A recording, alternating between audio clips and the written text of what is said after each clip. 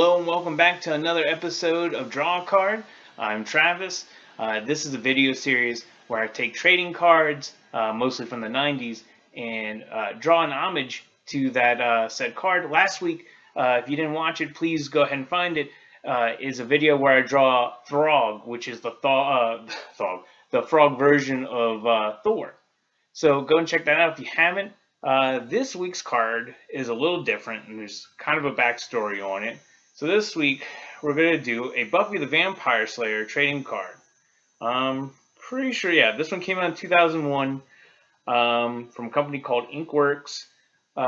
James Marsters plays Spike, probably best known for his role as Piccolo in the Dragon Ball Evolution movie. Or maybe a secondary character, Spike, as in this trading card.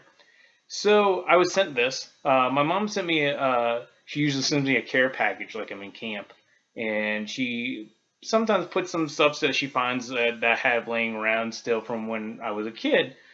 And one of the things that was sent to me was this card and a Dark Horse Buffy the Vampire Slayer comic with a photo variant of Spike on the cover and signed. I don't remember even getting that because when we probably picked this up back in probably 2002, has to be 2002, where I went to England with my mom for a Buffy the Vampire, no, sorry, it was a sci-fi convention for a British magazine called SFX, and we went that summer, and we toured around London, and then we went to the con, and I picked up a bunch of stuff because I was also a fan of Buffy the Vampire Slayer. And I think one of the probably the best characters on there was Spike. So I'm going to actually do a draw card and do this one. Before we kind of get into it, I'm going to go show you what tools I used for this one. It's going to do a little bit different this time. So as usual, I have my handy dandy pencil. Just basic pencil. Doesn't really need to be fancy, just a number 2 pencil. Basic eraser, kneaded eraser. This is that little rubber eraser that I use the kneaded eraser, sorry, that you can use and lift up graphite. Next are some Prismacolor fine point pens. I only used 2 different ones on this one, which is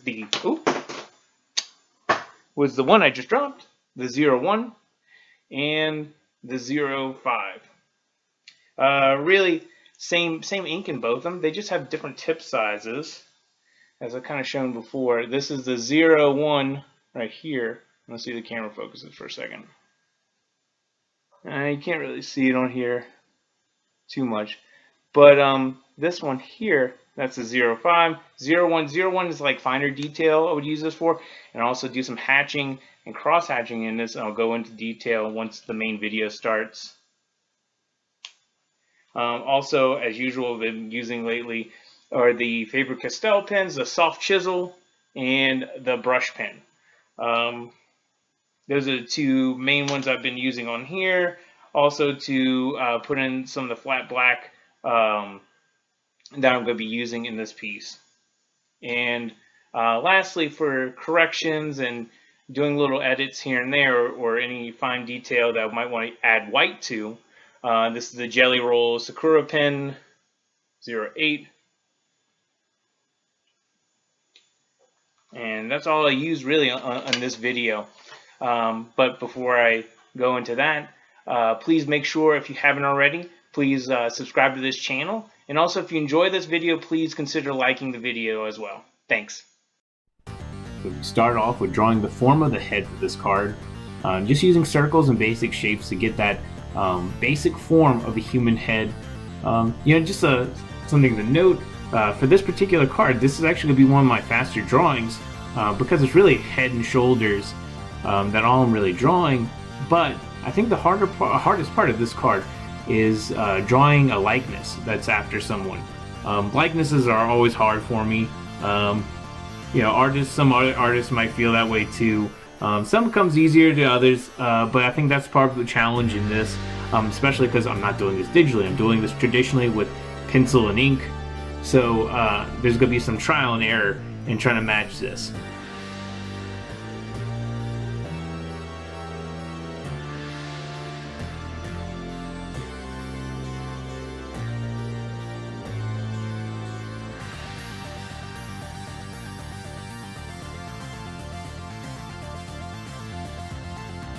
One other thing that I'm going to do different for this card is make them like that vampire face. If you ever watch a TV show, when the vampires kind of change the shape of their face, they have like a more pronounced brow. So he's going to have a little bit more of that. Change his nose a little bit. Yeah, at first I couldn't really decide what I was going to do with as far as the eyes to make him a little bit more menacing. Originally I had him kind of do this weird yell thing, but now he's kind of got this kind of evil smile I kind of gave him, or devious smile I should say.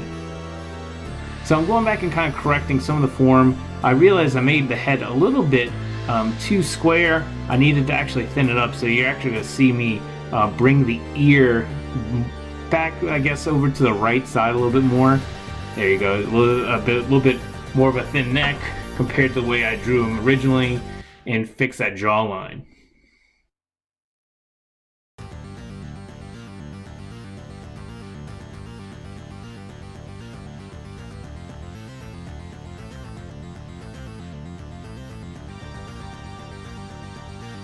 Now added in a little bit of hatching. As you can see, those parallel lines I've been drawing, that's a way to give value or shadow to something. So I'm just using that faber-castell pen right now. Right now it's like a thick contour line that I'm drawing with the brush pen. And to go back about the hatching, I wanted to try something different. And I find when I use hatching on, say, if I'm trying to be a little bit more realistic compared to some of the other cartoony or comic book like characters, I think the hatching is gonna make this drawing pop a little bit more, look a little bit more realistic, but still be in my style that I usually draw. So right now I'm using the 01 Prismacolor pen to do a lot of the finer detail. I will go back with that 05 pen in a bit, do that finer detail, the thicker detail, some of the hair, add a little bit more line weight to the nose. As you can already see, I'm going in with the 01 and going hatching, and this is just regular hatching, and I'm going to be doing cross hatching soon, which is I do another set of parallel lines over the ones I just drew, and it actually adds more value in darker shadows when you start using that cross hatching method. So I'm going in, inking some of the hair. Not going to spend too much time on it, just you know, trying to be quick, very faint lines to kind of apply that hair, because he's got this kind of bleach blonde hair, so it doesn't need a lot of detail or anything. It's all slicked back.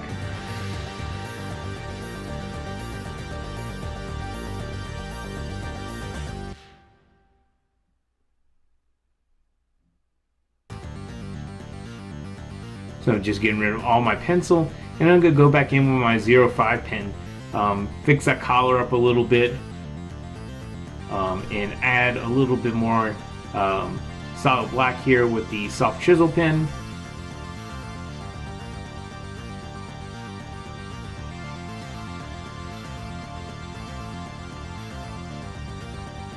And now I'm starting my cross hatching, and as you can see, it's actually making those areas dark. It's almost, instead of just being these dark lines, when you view it a little bit, you know, far back, if you took a step back from it, it's almost like a gray value is what it's going to look like. So instead of just being a chunk of black ink on there, it's going to look more like a gray value, like a gray shading. Can't talk today.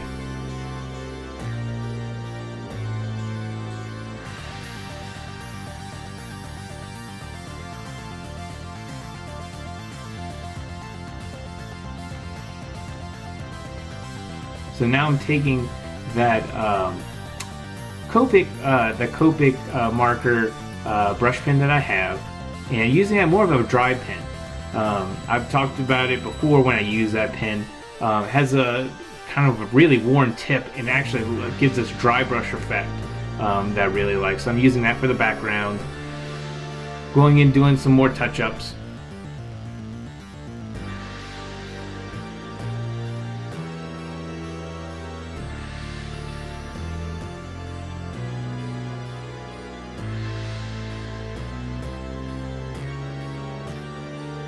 here's the final piece.